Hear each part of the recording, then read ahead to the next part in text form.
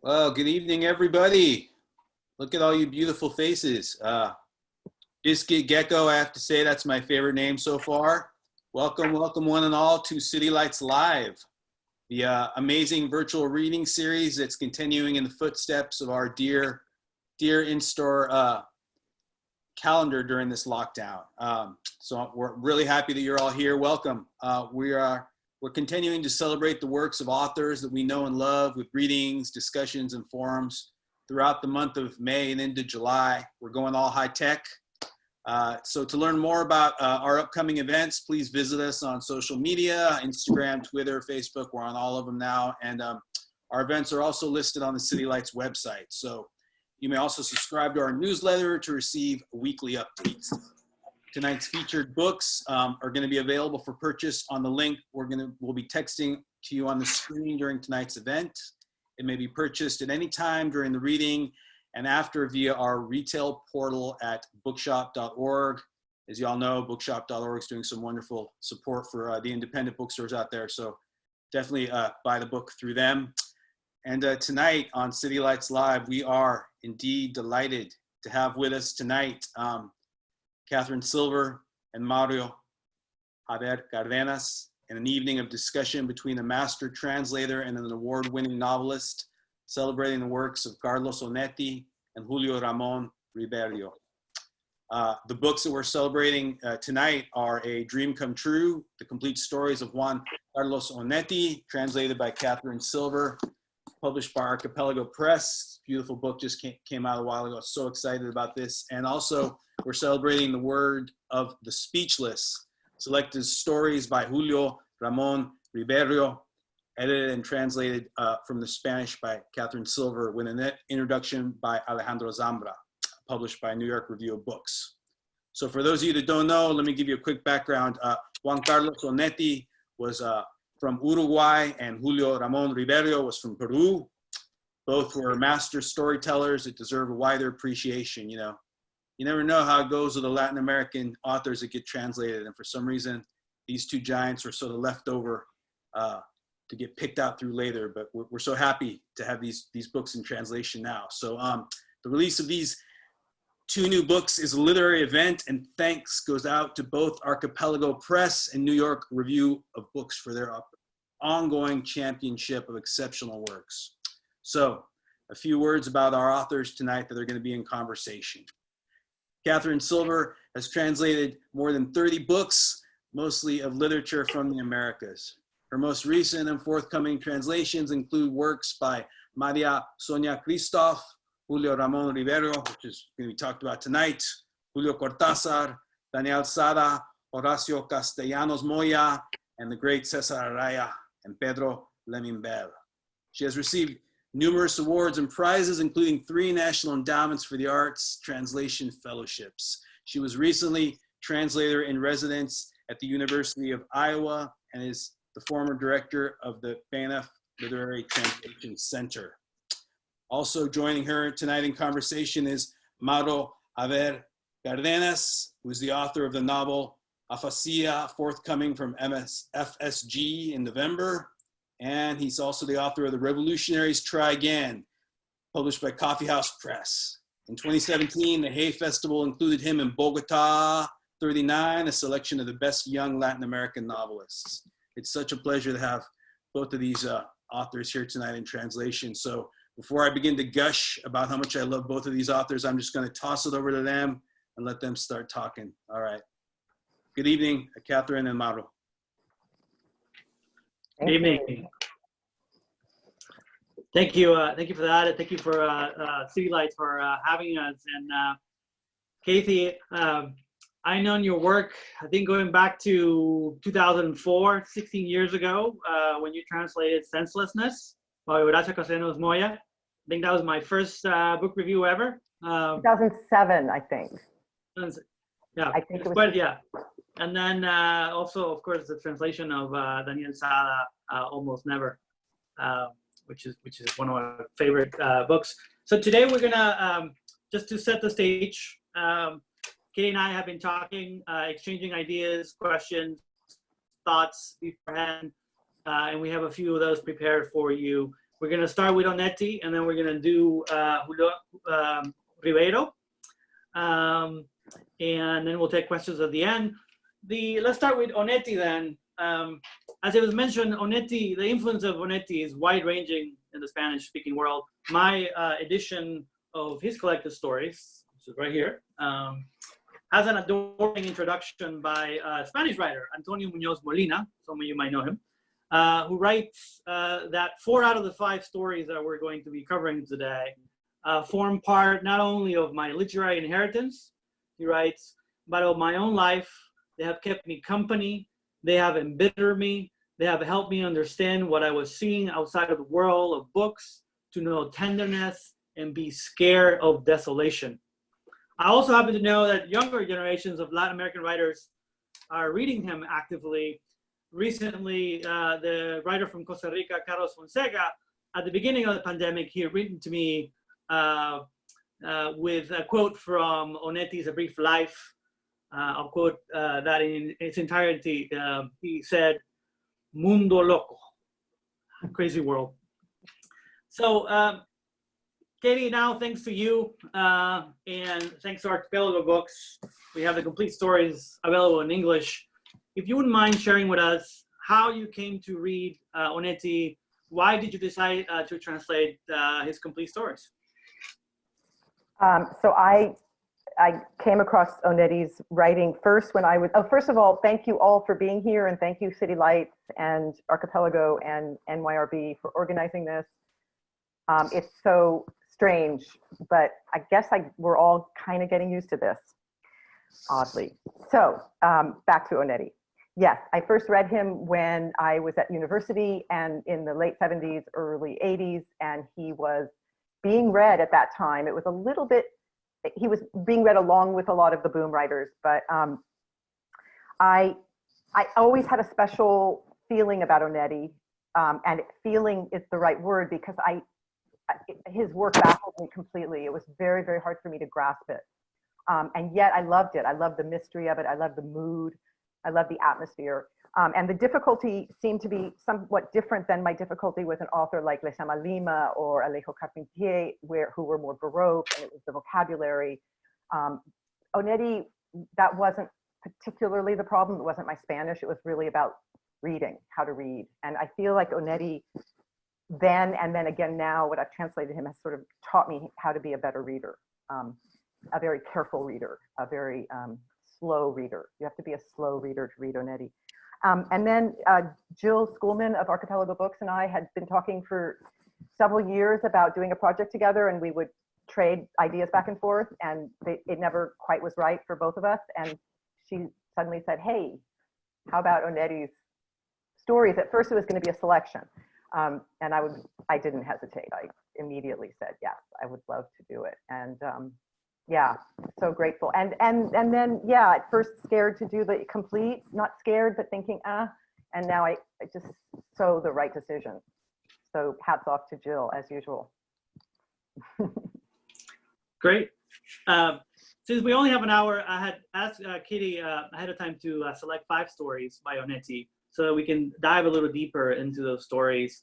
The ones that she selected for today are Montaigne, which is about a guy who throws a suicide party. The next one's called A Dream Come True, about a woman who wants to stage a very peculiar kind of dream. The third one is Most Dreaded Hell, about a man who receives terrible photographs from his ex. And my favorite, Welcome Bob, which is, among other things, about the joys of hate. And lastly, The House of Sand, which is about what I'll call purgatory for now. We'll get deeper into that story. In fact, we started earlier today talking about that one, and we didn't finish.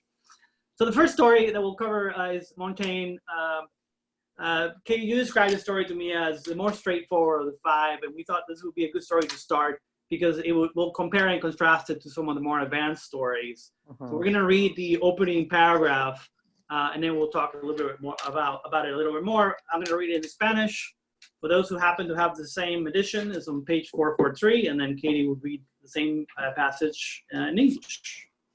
I just want to say this is a little bit, there are several stories in this book that are kind of like, I hate to say use this, but they're kind of chronicles of death foretold. So there's also another one, The Death and the Girl, where there's a crime but no victim or perpetrator, really. So, and also just to say that Onetti's stories are different manifestations of mystery stories. They're all mysteries. Some, the mystery is never solved. It's all left open. Some, they're solved very neatly. I would say that the mystery in this story, although very straightforward, is really, you don't understand the title till the very, very end. So that's the mystery, that it sort of pulls you through, like, why is this called Montaigne? Okay. We had all received the same message, the same unbelievable offer. And we were there, the 6 of us. And he was there, of course, because the gathering was at his apartment.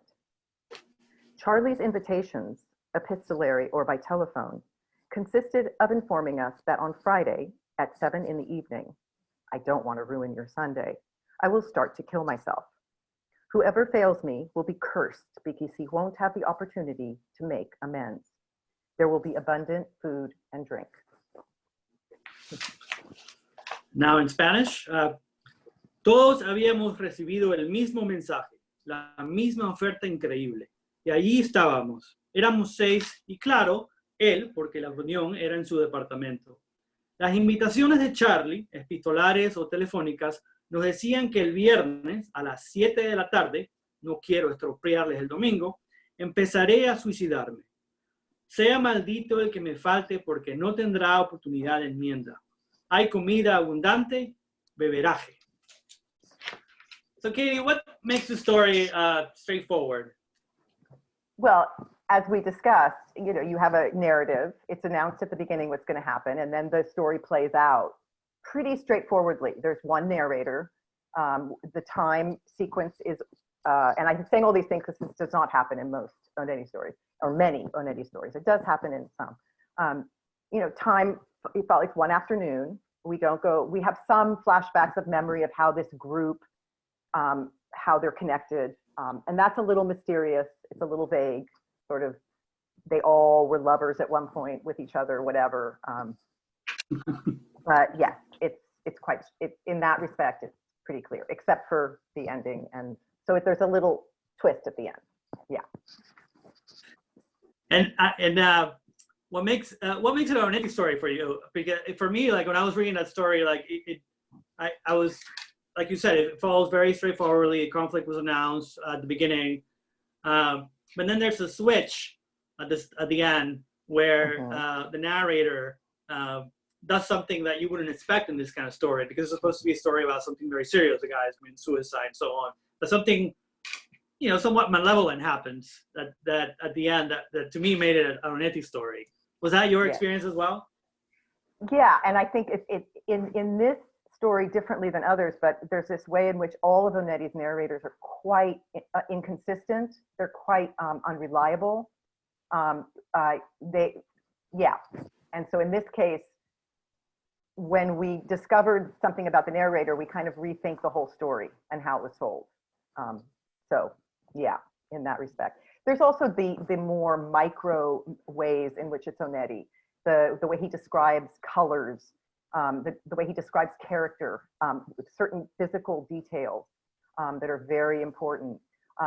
He always is sort of transgressing in terms of gender and sexuality. There's a lot of that in Onetti, more than, not talked about very much, but there's a lot of gender and sexual transgression. And there's some of that here. So yeah. But as I mentioned to you originally, this is a story that almost could have been written by Ribeyro. So this is where there's an overlap, but we'll talk about that later. Yeah, no, that's great. So now let's switch to talk about Welcome Bob, my favorite of the 5 that you selected. Now there's a sentence in The Shipyard, one of Onetti's novels, that reads, enfrentar y retribuir el odio podía ser un sentido de la vida, which translates to confront and reward hate might be a meaning of life. Now I bring this up not only to show that I actually read that novel, but as a prelude to my favorite of the 5, which has where hate plays multiple roles.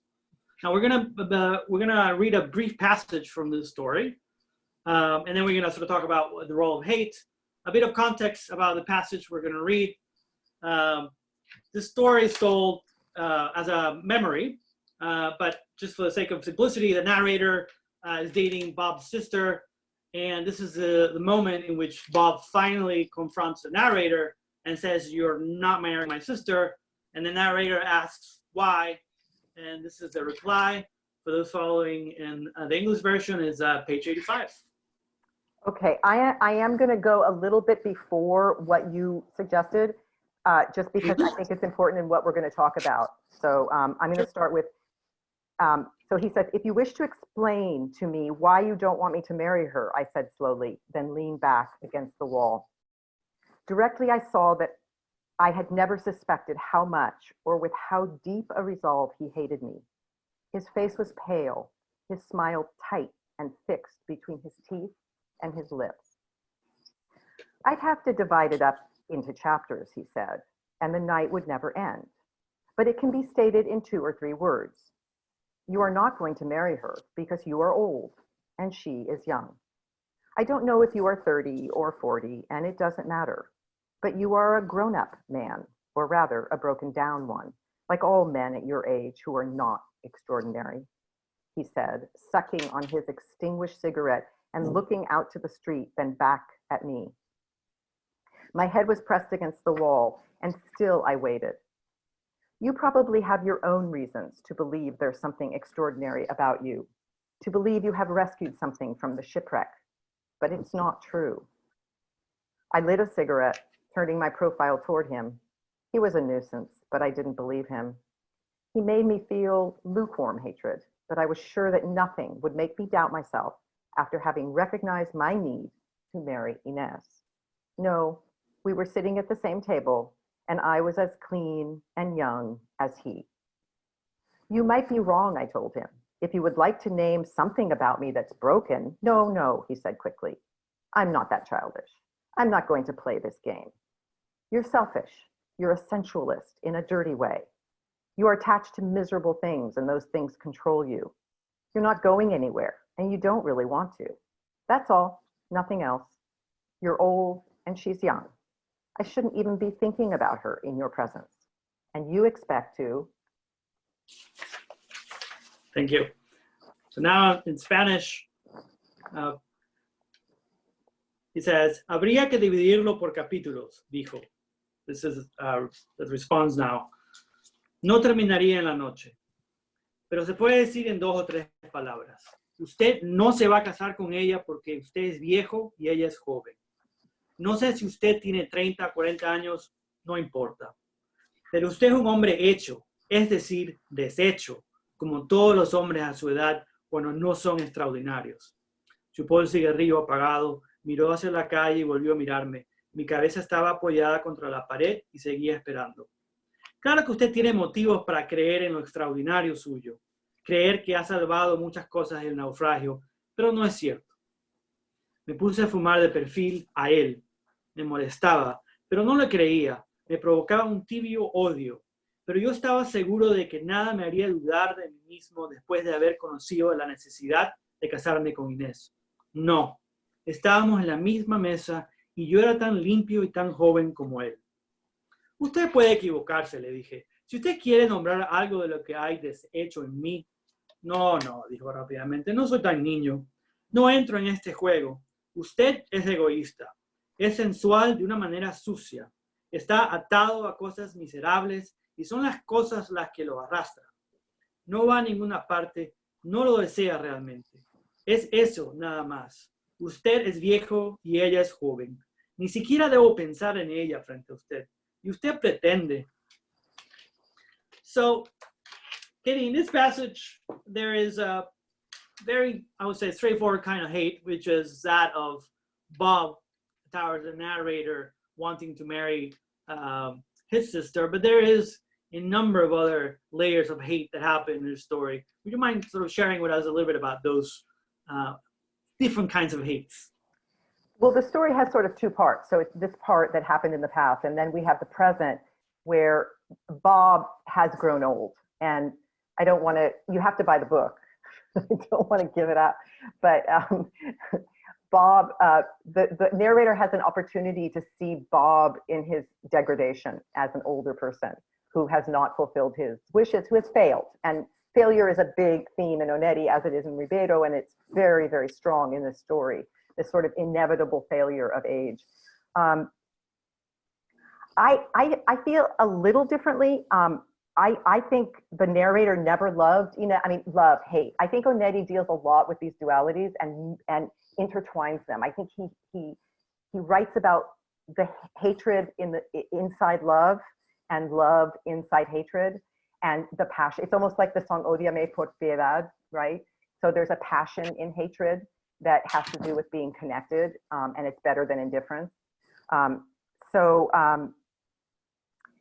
think they're both in love with youth, and I think the narrator loves Inez. It doesn't love Inez. He never says he loves Inez. He says he recognized his need to marry her. It's an amazing portrayal of a completely narcissistic attachment, right? He never, all through, I kept looking at the translations. Does he really? No, he never says that. It's always, I recognize my need to marry her. So, and Bob's scorn for him is because he's old. There's no particular reason. And then his scorn for Bob is that Bob is now old. And so he can sort of relish, the narrator can relish the fact that Bob is now old and failed. So yeah, but there is that I think in a lot of Onetti stories, one of the keys, and this is like in Most Dreaded Hell and As Sad as She, which are two really quite painful stories, and they're both about what people do that looks a lot like hatred and is extremely cruel, and somewhere it comes from love, or what that is.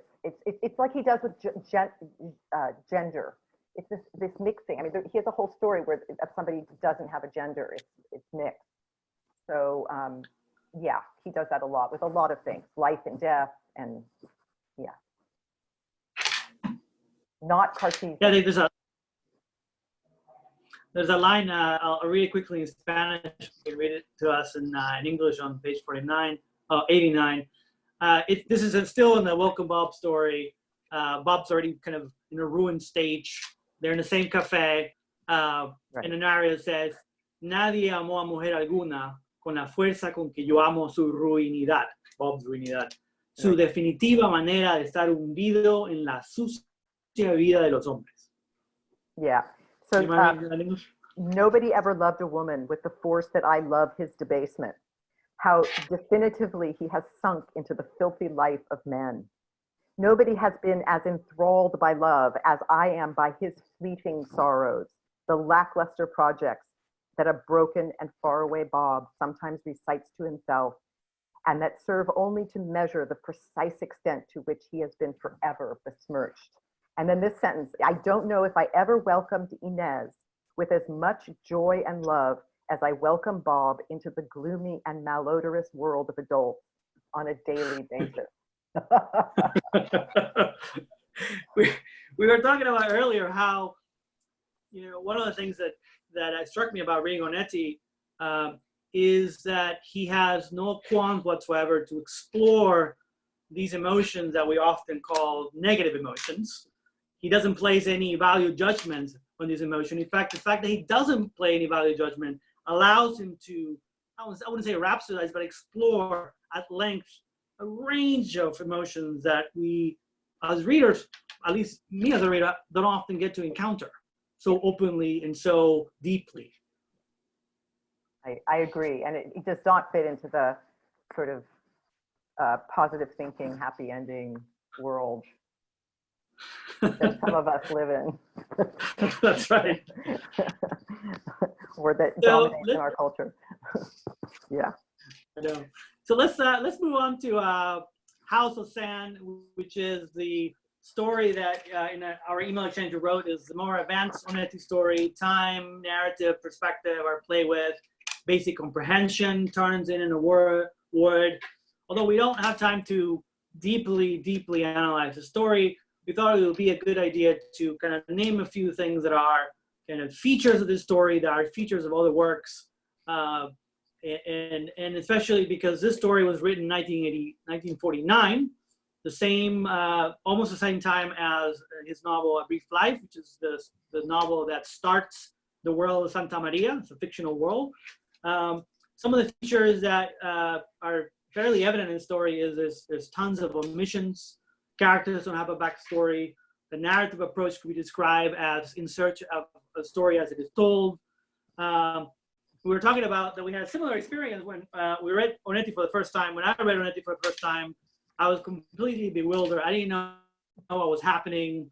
Are there any other features that we left out of this story? Well, the condensed memory. You mentioned Memory. I mean, the whole idea, the exploration of memory, and then we could, maybe we'll touch on Proust and the influence of Proust on him later. But yeah, in a sense, the House of Sand once I understood that this was actually a memory in Diaz-Gray's mind as he's looking out the window of his office in Santa Maria, where a lot happens in that office throughout Onetti. Once I understood that and how really the whole story is an exploration of memory, how it's condensed into one day, even though it lasted longer. And so I think that's part of it too. I noticed in a few stories like that, he starts by saying like, now that I'm ruined and old and have come to terms with the fact that I'm going to be all alone, and then looks back to some moment, right, and expands it. I think the Proustian, yes. the Proust influence, I think is, I had brought a quote from Juan Villoro that says something like, nothing farther from Onetti than Proustian explorations, which I had interpreted as, as a writer that I often, any excuse I have, I write about childhood. Onetti doesn't do that. Oftentimes there is clear openings for him to talk about childhood, and he kind of, purposely does not talk about the past, does not give sort of a backstory to characters.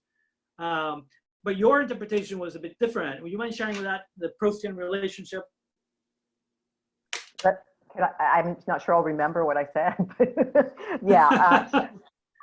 I was reading Proust at the same time I was translating Onetti, and I came across, I wish to God I were better at record keeping, note keeping, but I came across something in Onetti that was like identical to what I was reading in Proust. There was no way it wasn't just like very directly influenced. I think Onetti, like any significant writer, is an amalgam of influences. There's no direct line. I think Proust did for Onetti, I think it opened him up, just like Joyce did. It really opened him up. There's a quote of Onetti that says, if he were given a choice, if you were on a desert island and given a choice to bring all of Latin American literature or Proust, he'd take Proust. So it says a little bit about the importance. I think it opened up for him possibilities. And actually, there are a lot of characters in Proust that don't have backstories. Albertine doesn't really have a backstory. Time is extremely elastic. In Proust, you're never really sure how old Marcel is. He's oddly aged in a funny way, and time has a very strange thing. And I think reading Proust really opened Onetti up. So that's sort of my sense of what Proust did for him. Great, thank you for that. Now we're going to switch to Julio Ramón Ribeyro. Now, my experience of reading Ribeyro right after reading Onetti, it was quite a different style of narration. It's a bit more playful. The style is a bit more lighthearted. There's even a story, it's called The Insignia, where a character joins this secret group that I describe it as pataphysical in nature. There's some absurdity to this group. Nevertheless, the themes, some of the themes are very similar, as you pointed out earlier to me. There's loneliness, there's death, but the style becomes quite different. Mm-hmm. Now, one way to start talking about Ribeyro is just asking you the same question with Onetti, which is, how did you first come into contact with Ribeyro, and what drew you to translate him? Yeah, so I'll try to make it short. It's a little bit of a longer story, and some of it's fun, but I'll try to make it short. I lived in Peru in the 80s. I read Ribeyro when I lived there. I always liked him, and then I got interested again in him. I think Horacio Castellanos Moya talked to me about Ribeyro and how much he loves him. He's one of Horacio's favorite writers. And I think that got me back interested. I translated the story. It was published in Words Without Borders. I kind of dropped that. Anyway, for a combination of fortuitous circumstances, helped very much. And I want to mention his name just because I was given credit for editing this book, but actually it was co-edited with Lorenzo Ribaldi, who is Ribeiro's Italian editor. And it's published in La Nueva Frontiera in Italy. And Lorenzo and I were both in Montreal. We went to have a drink and we started talking about Ribeyro. And anyway, it happened. It just happened. Edwin Frank was already looking at Ribeyro, and so we proposed it, and then we sort of collaborated on choosing the stories. So I often think of Ribeyro as opposed to his more famous countrymen. And they're sort of polar opposites. I mean, in every way that Ribeyro, it was shy and retiring and non-presumptuous. In every way that Ribeyro was a true poet, in the sense that he did not try to make a career or, Mario Vargas Llosa is the opposite. Yeah, so I think a part of Ribeiro's strength is his lack of ego in his writing. And when you say lighthearted and playful, his stories can be very grim. I mean, both he and Onetti are very grim. Failure is a given. We live, we fail, we die. I think they both read Beckett, a lot of Beckett too. So. And it was the time of history.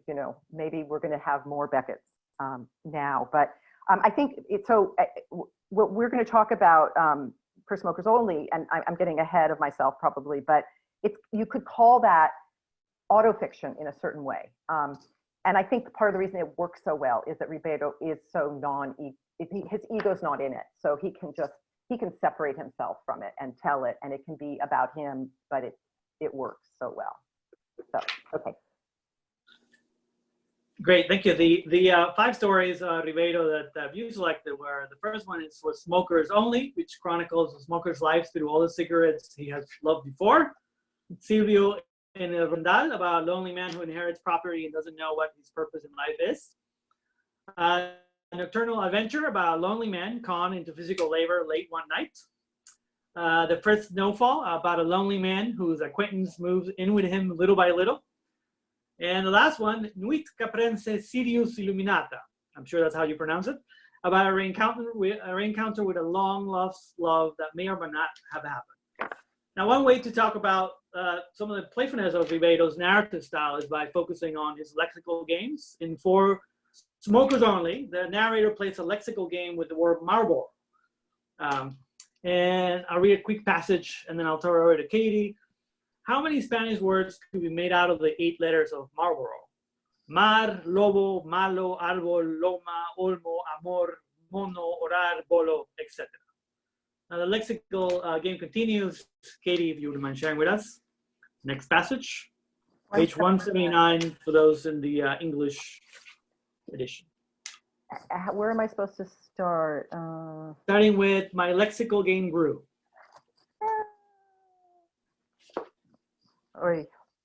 I lost it. I'm sorry. On page 179. 179 is, let's see, where is it? It's right at the bottom, I think. Oh, okay. My lexical game grew richer. Broma, robar, rabo, hola, romo, burla, etc., etc. This might have been charming, but along with finding new words, I had new hemorrhages, and new ambulances carried me to the hospital with sirens and horns, depositing me lifeless in front of the horrified eyes of Dr. Dupont. It could be said that the ambulance had become my most common form of transportation. Dr. Dupont always patched me up and returned me home after I swore I would quit smoking, and after he threatened me that the next time he would forego palliatives and put me under the knife without a second thought. His threat left me undaunted, as evidenced the third or fourth time I was hospitalized, when I realized that in order to smoke, I didn't have to wait to be released. All I had to do was bribe a nurse to get her to buy me a pack of Marlboros, naturally.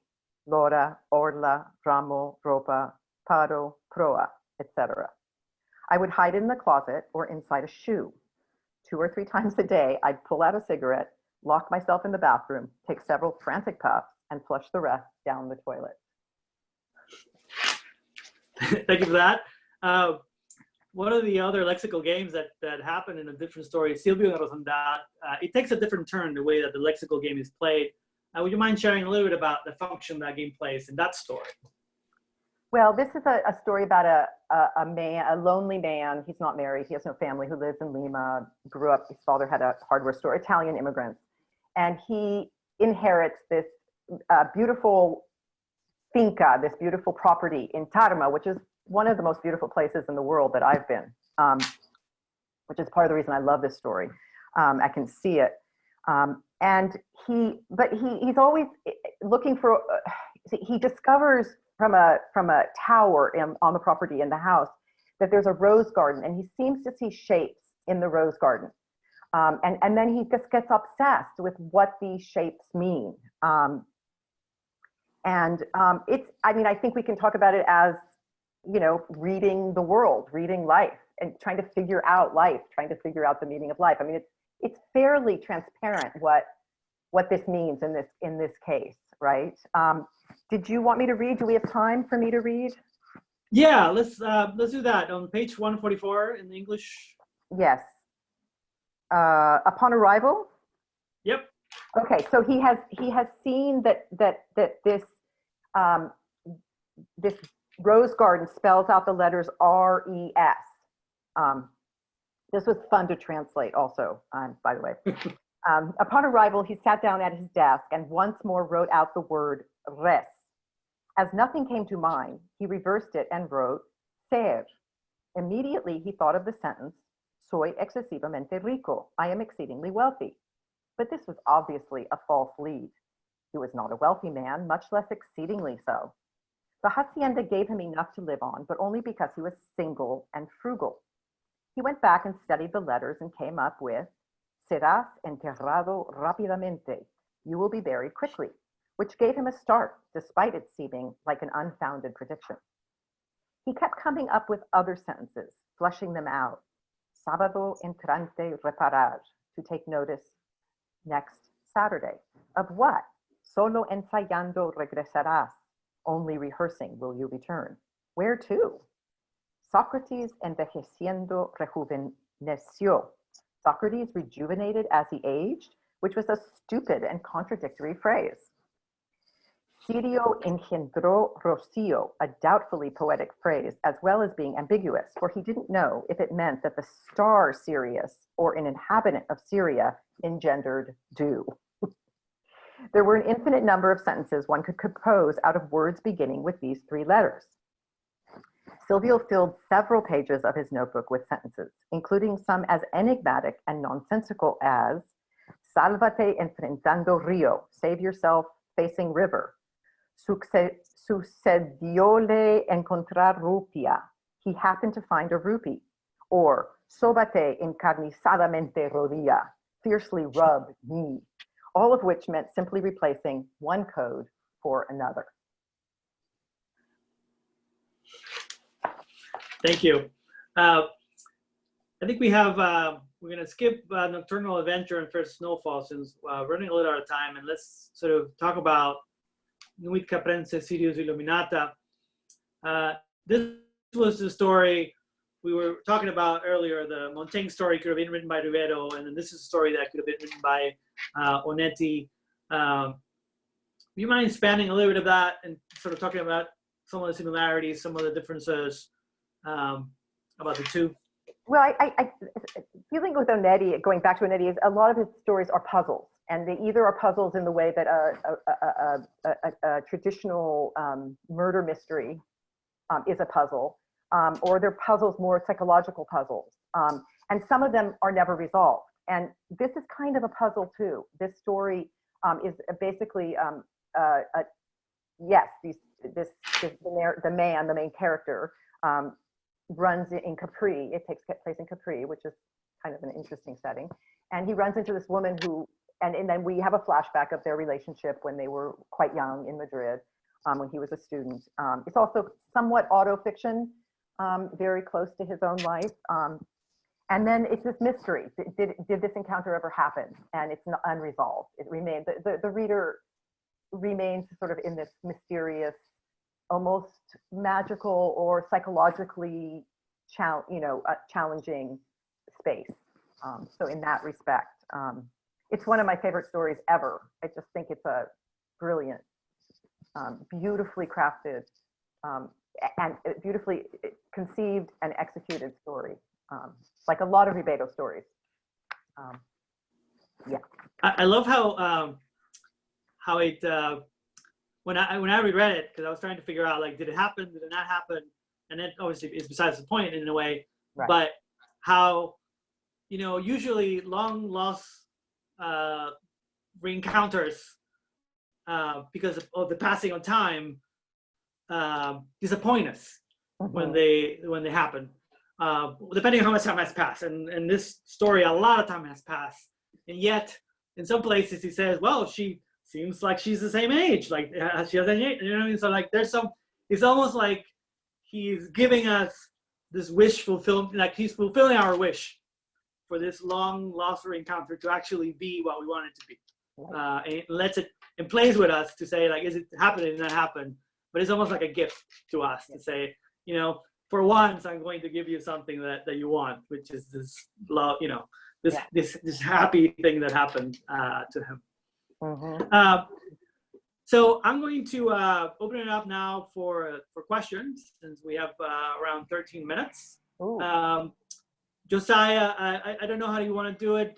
Should I look at the questions that we have in the chat? Yes, thank you both so much. That was wonderful. Oh man, that's beautiful. Yeah, Mauro, you wanna? I could read them to you. There's a couple there. If you'd like to pick them out yourself, that would be great too. Whichever you prefer. I'm easy. Is it in the chat? All right, let's look at the chat. Maybe I'll read them. And Katie, these are for you. Let's see. For Michael Egan, a question about Ribeyro. Who are the speechless to Ribeyro, those deprived of words? I think there's a class basis to that. There's the underprivileged, and you see that in some of his stories, like At the Foot of the Cliff. It's also his stories about Lima, the sort of also starving artists in Paris, the small shopkeeper who goes bankrupt. They're the small people, the people who are never counted in history, I think. And often they are poor and anonymous. And he wrote he started writing in a time when in Peru, sort of urbanization, a rise of a kind of very precarious middle class. So yeah, I hope that says it. Does that explain it? Yeah. Yeah. I'll read them, Mauro. I didn't even put you working overtime. That's terrible. Somebody asked to hold up the books. This is Onetti. This is the Onetti from Archipelago, and this is Word of the Speechless from NYRB. Both beautiful books. Doesn't Archipelago and NYRB make the most beautiful books? Yes, they do. I just love them. They're so gorgeous. grateful. They really are. So the next question here, we have for Juan Carlos Onetti, which novel do we read next? And do you guys have a reaction to Mauro Vargas Llosa's book on Onetti, El Viaje a la Ficción? So I have that book here. Perfect. This is high tech, Catherine. We got the bookshelves. I tell you, I had to find that Proust quote. I knew it was there, so I had to find it. Next novel of Onetti. in a way, maybe a brief life, though I don't like that translation. It's la vida breve. I think it's more about this brief life, or life is brief. It's really not talking about one brief life. It's saying that all life is brief. And I think that's really an interesting book. I don't know how, I haven't looked at the translation. It probably needs a new translation just because 50 years have gone by, not because the translation is bad. I would kind of say that. I'm rereading it now, and it's wild, really wild. And what was the other part of the question? What do you think of Vargas Llosa's book on Onetti?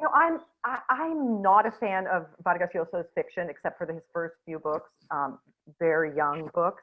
But I think he's a decent critic, and I think it's a good primer. I don't agree with everything he says. I don't like the way he talks about Onetti's style very much. I forget the word he uses, but he kind of acts as if it's like overdone or something, or like extra. I don't see it that way, but I think it's a good introduction to Onetti. Yeah. I have a question, Katherine. Mm-hmm. I'm wondering, earlier I was gushing to you about how many of my favorite Latin American writers you've translated. How do you pick who you translate? It's such an interesting group, I don't always pick them. My sort of the books I've done have been a combination of books I've proposed, like the Lemebel or like Sada, and or either I've proposed them or publishers will hire me. Ira was something New Directions asked me to do. I didn't know about Ira before that.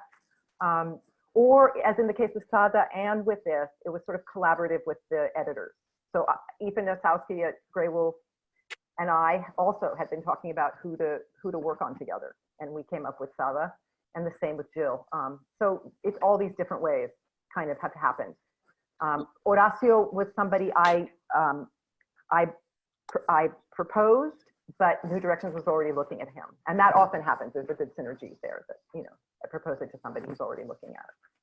So there are so many different factors deciding who gets translated, because that always fascinates me. Some of the folks that get, because for me, for Onetti and Ribeyro, I mean, this is folks that during that time just sort of got not forgotten, but they just sort of got left behind in the translation with all these other folks. And I think they got overshadowed by the boom. I think the boom was a marketing phenomenon, and these folks don't fit into a marketing. They're not brandable. That's my humble opinion about the boom and where these guys are. But the writers sure knew they were there. Yeah. And for the record, Fred Pierce says that agrees with you. Brief Life definitely needs a new translation. Oh, okay. Yes. Tell that to an edit. Tell that to Jill. And we have another question for you folks here. Are we gonna from Charlie is asking, are we gonna see a new translation of Sadas Porque parece mentira la verdad nunca se sabe, which is such a beautiful title. I don't think I'll do it. I don't have it in me. It's like translating Finnegan's Wake or something. I don't have. I remember asking you on that one a long time ago too. That's right. I just feel like I've run out of words to say what other people want to say. So a little bit, and to that extent, it's a beast. It's brilliant. But probably not me. I hope somebody does it. That's great. Well, do we have any other, if there's no more questions, we didn't get to cover all the stories, and I talked about, Katie, maybe reading from Onetti's story, A Dream Come True, which we didn't touch on. So since we have a few more minutes, Katie, would you mind sharing reading from the opening of A Dream Come True? Yeah, sure. And because we chose this, it's another one of my favorite stories, and we chose it for the title story. So yeah. A Dream Come True. How much time do I have? Oh, you got let's say 5 minutes. Okay, I'll read a page. Blanes invented the joke. He'd come by my office in the days when I had one. and the cafe when things started going badly and I no longer had an office, and standing on the rug, one fist leaning on the desk, his tie of pretty colors fastened to his shirt with a gold pin, and that head, square and shaved, his dark eyes unable to stay focused for more than a minute and promptly sagging, as if Blanes were on the verge of falling asleep or had remembered some pristine and sentimental moment in his life that he never could have had. That head, devoid of a single superfluous particle, silhouetted against this wall covered with portraits and posters, he would let me talk and then begin to form a circle with his lips. Because you, of course, were ruined by Hamlet. Or also, yes, we know, you've always sacrificed yourself for art, and if it hadn't been for your passionate love for Hamlet. And I spent all those many years putting up with so many wretched people, authors and actors and actresses and theater owners and newspaper critics and their families, friends and lovers, and all that time losing and making money that God and I both knew I would necessarily lose again the following season. And that bead of water on that shaved head, that low blow to my ribs, that bittersweet draft, that taunt from Blanes I never fully understood. Damn right, those insane lengths you went to out of your excessive love for Hamlet.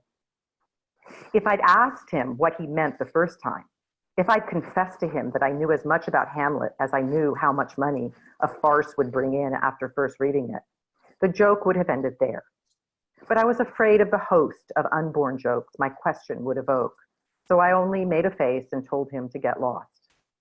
And this is how I managed to live for 20 years without knowing what Hamlet was, without having read it, but knowing from the intention I could see in Blanes's face and the nodding of his head that Hamlet was art, pure art, great art, and also knowing, because I had become imbued with it without realizing, that it was also an actor or an actress. In this case, always an actress with ridiculous hips, dressed in tight black garments, a skull, a cemetery, a duel, an act of revenge, a girl who drowns, and also William Shakespeare.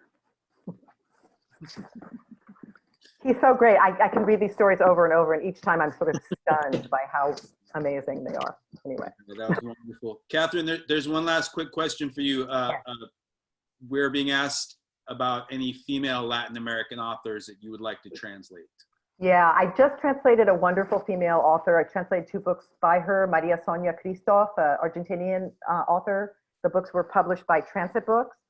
Just recently, one's called Include Me Out, the other is False Calm. Include Me Out is a novel, False Calm is a chronica, sort of long-form journalism, travel journal. I'm sort of taking a break from translating right now. So there's no, oh, excuse me. I'm translating a woman poet from Chile called Veronica Zondic, who I believe I just found a publisher for that, but I don't want to anticipate. So that's very exciting. It's a book-length poem called Cold Fire it's Patagonia, wind, fire, all kinds of things. Wow, the elements. So yeah, I will only translate men I've already translated. I won't translate any more men. Good, good. Balance it back. Done. All right. All right. Well, both of you, thank you so much. This has really been a pleasure hearing the 2 of you speak about these 2 great authors. And Catherine, you told me earlier you have an event coming up on the 29th at Greenlight Lit Books in New York with Chris Andrews. Yes, Chris Andrews and I. Chris Andrews also translate Ira. We're going to talk with Aaron Schulman about Ira, actually more about the recent Ira I did, the Art Forum, but hopefully we'll talk about some of Chris's translations and just Ira in general. It'd be kind of an Ira love fest. Well, that's something to look forward to as well. And Mauro, your book comes out in November? That's right. Oh man, so we're going to see you at City Lights with it? Yes, yes? Yep. That is right. That's beautiful, hermano. Congratulations. We can hardly wait. Again, thank you all to the 2 of you for this. And the audience, y'all, give them a round of applause. Silent applause with the hands. Let's do a little jazz hands for these 2 amazing authors. Thanks to all you people. We want to say thank you from the City Lights family for supporting our online calendar events. go check out. There's a bunch of new events happening.